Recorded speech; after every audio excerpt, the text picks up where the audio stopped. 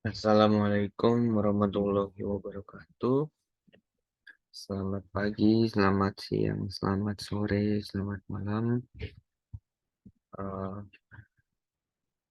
Pada kesempatan kali ini saya akan membuat video e-learning tentang analisa persaingan perilaku konsumen, nilai fintech, strategi perusahaan, dan dominasi pasar konsumen digital dari seluruh marketplace e-commerce Indonesia tahun 2023. Perkenalkan, nama saya Muhammad Dafa Fitra Ananda. uh, NPM saya 4419210013. Saya adalah mahasiswa Universitas Pancasila. Sekarang saya semester 8. Nah, tujuan saya membuat video ini adalah untuk uh, mengerjakan ujian akhir semester dari mata kuliah manajemen strategi, di mana dosen pengampu dari manajemen strategi ini itu Mas Haris Adi Swantoro. Oke, nah eh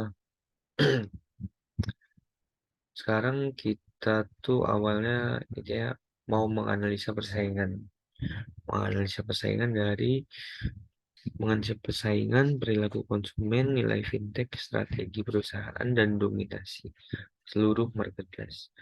Nah, jadi di marketplace-nya itu seperti Tokopedia, Shopee, Bukalapak, Lazada, Blibli, JTID, Zalora, Sosiola, Beribinka, VIP Plaza. Nah, dari ke 10 10 apa namanya? Dari 10 marketplace ini kita akan menganalisisnya. Oke. Yang pertama itu perilaku konsumen. Ya, perilaku konsumen. Nah, perilaku konsumen ini merupakan studi tentang bagaimana seseorang membuat sebuah keputusan untuk membelanjakan sumber daya yang mereka punya. Misalnya uang, waktu, dan tenaga kerja mereka untuk mendapatkan produk yang akan dikonsumsi. Nah, secara sederhananya, teori perilaku konsumen ini adalah studi di mana kita bisa mengetahui dan mempelajari perilaku seseorang terhadap brand atau perusahaan yang dibuat. Nah, menurut para ahli juga nih mengatakan bahwa uh, konsum menyampaikan tentang perilaku seorang konsumen sebagai studi unit dan proses pembuatan keputusan seseorang dalam menerima, menggunakan, membeli, dan menentukan produk. Oke, nah di samping itu proses pengambilan keputusan untuk menghabiskan uang, waktu, dan tenaga seorang juga menjadi bagian dari studi ini, dari studi perilaku konsumen. Apa sih manfaat dari mempelajari perilaku konsumen? Nah, yang pertama, kita tuh bisa memprediksi tren pasar. Nah, manfaat mempelajari perilaku para konsumen itu pelaku bisnis atau perusahaan mampu memprediksi uh, maaf, mampu memprediksi tren pasar ke depannya. Lalu yang kedua, mengidentifikasi karakteristik dan kebutuhan konsumen. Nah, dari sini perusahaan juga dapat memahami bagaimana karakteristik konsumen dan apa saja kebutuhannya. Nah, karena itu perusahaan bisa memproduksi barang atau jasa yang memang diperlukan oleh konsumen. Yang ketiga, ada membuat strategi pemasaran yang sesuai. Ini masih berhubungan dengan nomor 2, mampu mengidentifikasi konsumen akan memudahkan marketing untuk merancang strategi pemasarannya, sehingga strategi yang diterapkan pun akan tepat sasaran. Yang keempat, mengungguli pesaing. Nah, selanjutnya ada faktor yang mempengaruhi perilaku konsumen nih. Jadi, nggak semua konsumen tuh sama, nggak semua pelanggan tuh sama. Jadi, pasti beda-beda. Nah, perbedaan itu bisa kita ketahui dari keempat faktor ini. Yang pertama ada faktor sosial. Salah satu faktor yang mempengaruhi perilaku konsumen ini adalah aspek lingkungan sosial. Tidak hanya peran dan status sosial seseorang, faktor ini juga meliputi pengaruh yang dibawa oleh kelompok-kelompok di sekitar konsumen. Contohnya, eh, yang tadinya belanja di Shopee karena memang murah ya, karena dia kan memang menjualnya murahnya. Tapi tiba-tiba ada di online store yang lebih baik, lebih bagus yang emang lebih memperdulikan kualitas dari produk yang akan dibeli pelanggannya. Nah, terus ada budaya. Faktor budaya juga bisa jadi faktor yang mempengaruhi perilaku konsumen. Yang ketiga ada faktor pribadi atau personal. Faktor yang mempengaruhi konsumen itu selanjutnya itu ada dari dirinya sendiri. Biasanya eh, aspek demografis seperti usia, jenis kelamin, besar pendapatan, dan lainnya. Lalu ada minat-minat juga, impresi sebagai konsumen juga dalam faktor satu ini. Jadi keinginan dari individu itu sendiri, emang nyamannya dia sesuai dengan kepribadiannya dia, itu yang mana lebih cocok yang mana gitu. Jadi misalnya contohnya saya tuh lebih suka, maksudnya lebih sering pakai Tokopedia. Tokopedia karena mungkin apa ya, kayak kepercayaannya itu udah cakep dan ya, udah bagus.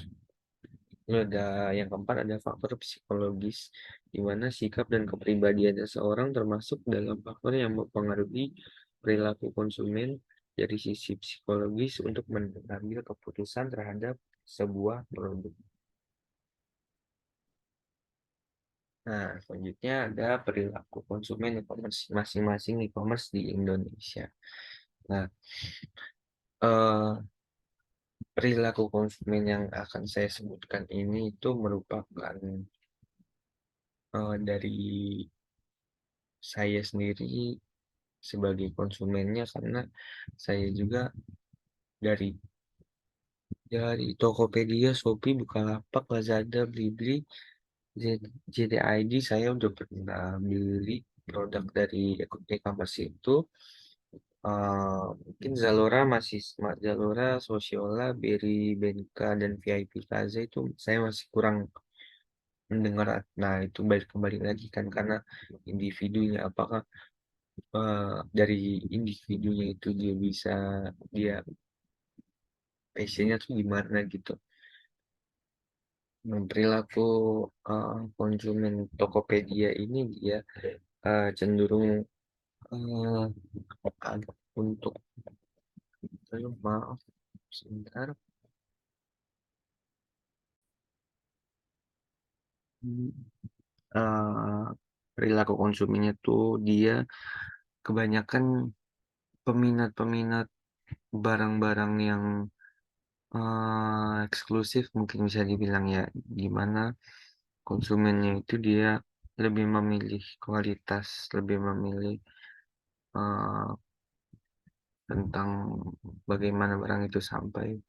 Lalu perilaku konsumen di Shopee dari yang aku lihat, dari yang saya rasakan itu, menurut saya kebanyakan tuh lebih ke perempuan atau ibu- perempuan atau ibu-ibu gitu yang biasanya kena racun di TikTok loh. Racun di TikTok kan biasanya kalau ibu-ibu cewek suka lihat di TikTok gitu kan, TikTok itu terus nanti racun Shopee gitu. Jadi kebanyakan sih dari situ. Nah, ini Bukalapak nih kebanyakan tuh yang emang nyari, mungkin bisa juga kan Bukalapak tuh kayak barang bekas juga bisa dia. Mungkin dari opsi selain di apa namanya, kalau dulu tuh toko bagus ya, bisa di situ juga. Selain itu di Bukalapak juga itu kan bisa apa kayak authorized apa ya, tapi bukan resminya gitu. Dia kayak emang resmi dari retailernya tuh emang terpercaya gitu kalau di Bukalapak. Nah, kemudian kalau di Lazada ini biasanya perilaku konsumennya iya tuh lebih ke ingin mencari opsi-opsi harga. Jadi kayak perbandingan harganya tuh banyak juga di Lazada dan di Shopee juga sama. Selanjutnya ada Blibli. Nah, perilaku konsumen yang di Blibli ini dia lebih cenderung ke keeksklusifan dan mengikuti trennya. Oke. Nah, kalau di JDID ini dia tuh lebih ke originalnya, lebih ke nyari barang itu aja atau enggaknya kan. eh dari iklannya aja kan pasti ori gitu kan. Nah, itu lebih ke situ sih. Kalau ke Zalora mungkin dia untuk kalau menurut saya ya, kalau Zalora itu dia agar eh, seperti yang sebelumnya belum terjun ke fashion gitu kan, ke dunia fashion. Nah, dia mau cari tahu nih fashion gimana gimana. Nah, dia di Zalora itu. Nah, selanjutnya itu kita masuk ke pembahasan tentang fintech ya. Nah, di sini fintech itu bisa diartikan sebagai penggunaan teknologi dalam sistem keuangan, baik dalam berupa produk, layanan, dan atau modal bisnis yang berdampak pada eh, stabilitas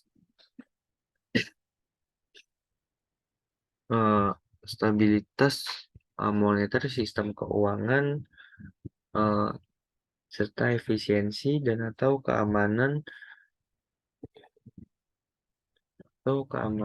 dari dalam sistem pembayaran. Perkembangan fintech yang pesat membawa manfaat bagi konsumen, pelaku usaha, bahkan perekonomian sosial. Namun tentunya pelaksanaan fintech memerlukan mitigasi yang tepat guna menghindari potensi risiko seperti gangguan sistem keuangan.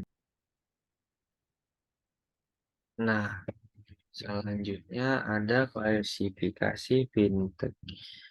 Otoritas Jasa Keuangan atau OJK membagi fintech menjadi 5 kategori, yaitu yang pertama ada crowdfunding.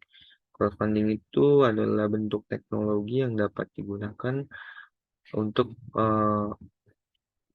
penggalangan dana dari masyarakat untuk suatu inisiatif atau program sosial yang diminati. Lalu yang kedua ada microfinancing, di mana microfinancing ini merupakan bentuk layanan keuangan bagi masyarakat kelas menengah ke bawah untuk membantu keuangan serta kehidupan harian mereka. Yang ketiga ada P2P atau peer-to-peer lending service.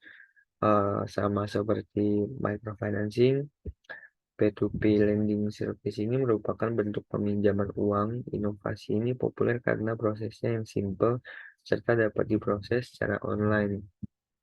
Contoh itu kayak pinjol-pinjol gitu, dengan ya pay letter gitu.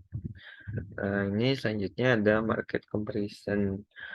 Nah, fintech ini menyediakan pelayanan di mana pelanggan dapat membandingkan berbagai macam produk keuangan dari berbagai penyedia jasa keuangan.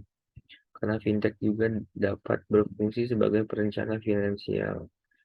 Nah, contohnya tuh semisal kita ingin membeli barang, eh, suatu barang di contohnya di Tokopedia. Terus kita mau, milih nih opsi mau yang mana, mau pakai jasa, eee, fintech yang mana gitu. Tahu juga harganya berapa, bunganya gitu. Lalu yang kelima ada digital payment system, di mana teknologi ini fokus pada sistem pembayaran tagihan seperti kartu kredit, pulsa, pasca bayar, serta tagihan listrik lain-lain.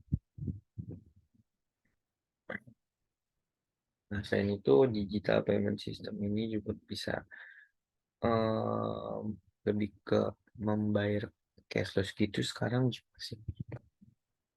Nah, nilai fintech e-commerce Indonesia nih, dari yang pertama Tokopedia.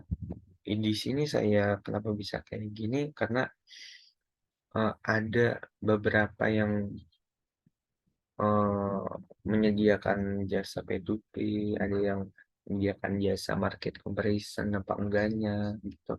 Jadi untuk Tokopedia nih digital payment service-nya bisa dia ke OVO, Dana, GoPay, lalu P2P-nya itu ada seperti Home Credit, ada Kredivo, ada GoPay Later, eh, nah lalu ada market comparison-nya di mana di situ dia bisa ada opsi untuk pemilihan jasa mana nih yang mau diambil gitu. Nah, sisanya sama untuk Shopee, Lazada, Blibli. Tapi beda-beda juga. Nah, kalau di Shopee itu dia digital payment service-nya tuh kayak Shopee, apa Shopee Pay. Nah, ada juga OVO, ada Dana. Nah, di P2P-nya itu dia Shopee Pay Later. Lalu ada Bukalapak. Nah, Bukalapak ini dia adanya Dana. Lalu Lazada itu ada digital payment service-nya, ada OVO, ada Dana. Lalu eh, P2P-nya Last Pay Later dan ada market comparison-nya juga. Nah, di sini strategi e-commerce Indonesia. Nah, strategi e-commerce Indonesia itu dia strategi untuk bertahan dalam persaingan maupun unggul dalam persaingan. Jadi Tokopedia ini strateginya itu mengikuti tren seperti misalnya sedang tren apa gitu kan. Nah, dia juga nanti membesar-besarkan tren itu supaya orang lebih ngelirik ke aplikasi itu. Lalu ada acara besar atau acara tahunan seperti misalnya pas lagi Ramadan, no, dia ada diskon dari awal juga dia. Nah, Shopee ini dia ada flash sale, open marketing lewat penjual. Maksudnya apa? Maksudnya tuh dia membuka penjual itu untuk mendapatkan pelanggan melalui platform Shopee itu. Nah, yang ketiga ada event trending, lalu mempermudah relasi. Yang keempat ini ada iklan. Ya, iklan Lazada ini siapa yang nggak kenal sih dengan iklan Lazada ya kan? Mau ngeklik ngeklik apapun keluarnya Lazada gitu. Ya, dan itu dia diskon dan iklannya yang besar-besaran dia. Nah, akhirnya jadi penasaran, jadi buka. Selanjutnya itu ada dominasi e-commerce Indonesia tahun 2022. Nah, ini saya dapat dari website Databooks ya. Ini dengan judul e-commerce dengan pengunjung terbanyak kuartal 1 2023. Kenapa bisa dibilang pengunjung gitu kan dominasi karena banyak banyak mana gitu yang hadir ke aplikasi itu. Di sini hanya ada 5 ya, Shopee, Tokopedia, Lazada, Blibli, Bukalapak. Nah, sisanya 5 yang tadi itu tidak termasuk berarti dalam sini. Nah, berdasarkan, apa, selama periode Januari sampai Maret tahun ini, Shopee meraih rata-rata 157,9 juta kunjungan per bulan, jauh, melampaui pesaingnya, yaitu 117 juta kunjungan. Lalu situs Lazada ini ada 83,2 juta kunjungan, situs Blibli ada 25,4 juta kunjungan, dan situs Bukalapak, eee, ada 18,1 juta, kunjungan per bulan. Nah, sekian, penjelasan saya, kurang lebihnya mohon maaf. Assalamualaikum warahmatullahi wabarakatuh.